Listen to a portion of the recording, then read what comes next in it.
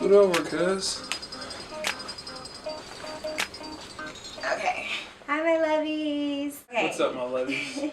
We're here to do the Q&A video. So you guys responded to certain videos where I asked if you have any questions, leave a response. And we have a couple of questions that we want to get to you guys. I know, really good questions. This might have to be a two-part video if it goes a little bit longer than expected. So you know I'm a little long-winded.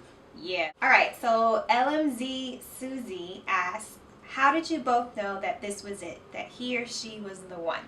I would have to say that before I even met Trey, I got on my knees and I prayed to God and I asked him for a husband, for him to send me my husband, for it to be plain and evident. And when I started dating Trey, realizing the person that he was and how he treated me and everything like that, I was just kind of like, man, like this is the guy that God has designed for me.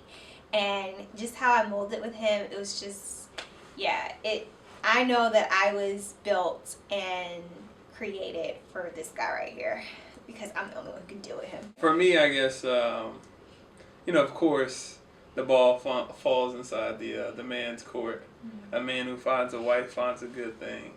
And I always wanted somebody a little bit like my mama. Someone who was respectable but a little more organized. You know, not too tainted by the world's opinion. Yeah. And somebody who loved God. And that was pretty. It was pretty enough to know that if times got hard, you know, you could at least like smile, you know, right. At your beauty, right? The next question is from the Sweet Pea 0415. Did you get impatient dating Trey for so long before getting engaged? No, I really didn't. We were so young. We were in high school, so we were still growing up. It wasn't. Well, I was in high school. He was in college, so we were still kind of like, you know, in school, growing up. It wasn't like we were in our 20s and stuff. It was just like everyone around us was getting married. So no. And then the second part of her question is, did you know the proposal was coming? Absolutely not. Like I had no clue. And we had actually signed up for this. Remember like a contest at CBS? It was a $50,000 wedding giveaway. CBS, if y'all watching this, y'all know y'all cheated. I signed us up for it. We actually became one of the 3 finalists in the wedding giveaway contest. We like marketed everywhere. We had a Facebook I was group. On the train. We were on MARTA every day. Excuse me, everybody. Making Excuse announcements. me. Like, yeah, we were supposed to win, but we didn't win. So after that, we got the blessing we were looking for in Ross Oscar Knight. Ross Oscar Knight was one of the photographers. That's the only reason why I signed up for the contest anyway, because he was one of the photographers. Well, he was one of the photographers involved, and I'm like, I want him to shoot our wedding. So when we didn't get it, I was just kind of bummed out about that, and it was just like, after that was over, proposal was far from my mind. And you proposed like how many months after that? By the time we signed up for that contest, I had already talked to her stepfather 3 months before she thought that we were going to try and win a wedding. Crazy. So I kind of didn't want to win it. I had already bought the ring. I had already talked to her dad. He was like, what did he say? He was like, yeah, I want to wait until she gets out of law school. I'm like, my man. She had no clue. And that made me a little worried, though. Because I was like, oh, she might be a little airy. Imandini asks, hey, Tia, I would like to know, how did you guys date as a young Christian couple? Did you guys court or just regular date? I think I didn't learn about like what courtship and courting actually was until I watched like, what's that reality show with them kids with the parents with like 20 kids? John and Kate +8? No! But anyway, no, we didn't court per se. I don't know, that seems more of a, I don't know what the term is. We dated regularly. Yeah. And it got us to where we wanted to go. Yeah. Of course, there's things that you can always change. But, I mean, every lesson, everything that we went through while dating was meaningful, and we learned from each and every experience. I agree. Okay, Jessica T9034 asked, When do we plan on having a baby? Hey, oh my Jessica, gosh. why are you putting I the pressure on? I'm over know. here. So many people thought we were pregnant. So many people are Who like, thought we were pregnant? because when we were talking about kids and we were trying to do good, they were Oh, like, okay. ha ha ha. But we do plan on having kids, just not right now. There are a few things that I want to do as far as my career. I just started my career not too long ago. I want to get more into that and explore different possibilities in that arena. And, you know, hubby's doing certain things with photography that he wants to explore a little bit more. Mm-hmm. And we also want to travel, hence why we're here in Montreal, doing the things that we want to do before having kids. But we do plan to start trying for kids 2015, early 2015. So Nadia Hughes says, so my question is, how did you and Trey get on the same page about finances and budgeting?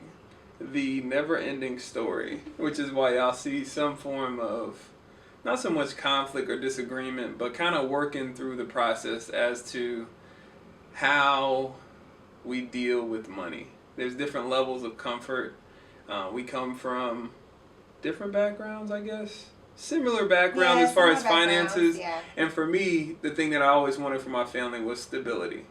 Going through a few cases in life as a child, not always having stability, it makes you work harder for your own family to make sure that they're always stable and they may not have to deal with some of the things you dealt with growing up. So I think as far as finances, we had a chance. One, we took Radical Love, and we'll probably talk more about that program. Which was our marriage counseling program. Yeah.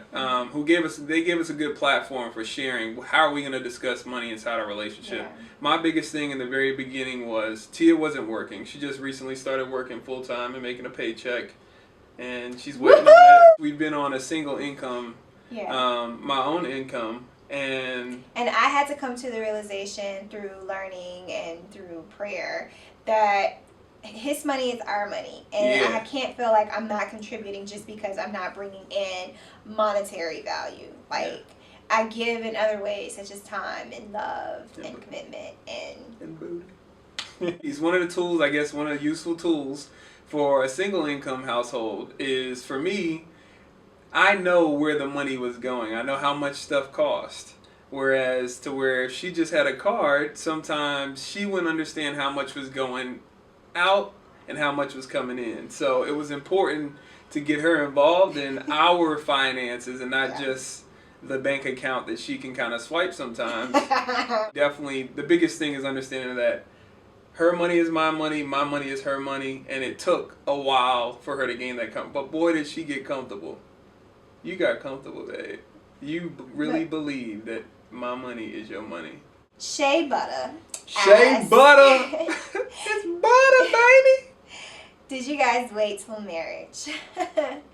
We tried. We tried to wait till marriage. We did not wait till marriage. However, during our engagement period, we practiced abstinence. Is it abstinence or celibacy? Celibacy. But yeah, so that was our thing that we were, like, no, we're not going to, do anything through our engagement period. We need to stay focused and everything like that. And so that's when we took on the pescatarian diet and built in different layers of discipline into our relationship to help with the temptation of the flesh. How did you know you and Trey were ready to get married? I think it was a place where, one, the flesh was definitely getting pretty tough. Two, we dated for a very long time, which was like 8 years at the point in which we got engaged. And it was a place where it was like, if we want this relationship to work and go further, we have to gain depth. Like, we need to be working towards something. Yeah. I already know you. I know who you are. I love this about you. I can see the potential in your life. I can see that you love God. I know that we can work through things together. Let's go for it. Right. Daryl Ford asked, was working part-time his idea, my idea, mutual decision, and does my work interfere with our marriage at all? working part-time was one. I couldn't really find a place that would give me full-time work because I didn't have experience. So I had to work part-time in order to gain experience while not working. Yeah. While not working, while I'm not getting paid. So I didn't want to work full-time and I get paid and just lack out on those things around the house. So we decided that I would go part-time. And there was really no stress behind that at all. Now that I've started full-time just recently, I am a little bit more tired because full-time is different from part-time. But now you know what I be doing. Yeah, now I know how. See, I've been in the working field 40 hours take a lot out of you. It does. Or 40, 50 hours. Yeah. I've been doing it for what, 6.5 years now. You've been working, wow, babe. Jessica Wilson says, how old are you guys? I am turning 29 on October the 2nd. I was born in 1984. And I am 28. I turned 28 on August 31st of this year. Name 3 things that you love about one another. I love your beauty. I love your humor. Really? You think I'm funny? Mm-hmm. Yeah. I make you smile. Yes. I love her commitment to planning and organization. I love that about you. Yeah, I know. You always make me do everything. I love the fact that he is so personable. Like, he can make friends with anyone. He can walk into a room and light it up. Whereas sometimes if I'm around people I don't know, I'm a little timid or shy. Like, he's the type of person where, no, like, that's his element. And I admire that because I don't have that. I love the fact that you love me extra hard. Yeah. And you don't let no. I like when we be stuck in traffic or something, and somebody like cut me off or something. Tia go hard for her man. She don't play about her boo. He's like, you are not. You can do that to me, but you're not gonna do that to my Trey. I have patience when it comes to how you're treating me, but when you start to like treat him bad or gang up on him or mistreat him in any way, I have no patience for that. Like, I will tell you off. My man. So quick. Look at that neck moving. I know. Look at that neck. What? Not my man. Number 3 is oh my gosh. So he is very patient in love. And when I say that, he's very quick to rise in anger. Very, he's not he's not quick to rise in anger. He's not quick to pop out of the mouth. He's the one where we're having an argument 9 times out of 10. He's gonna be the level-headed person. Yeah.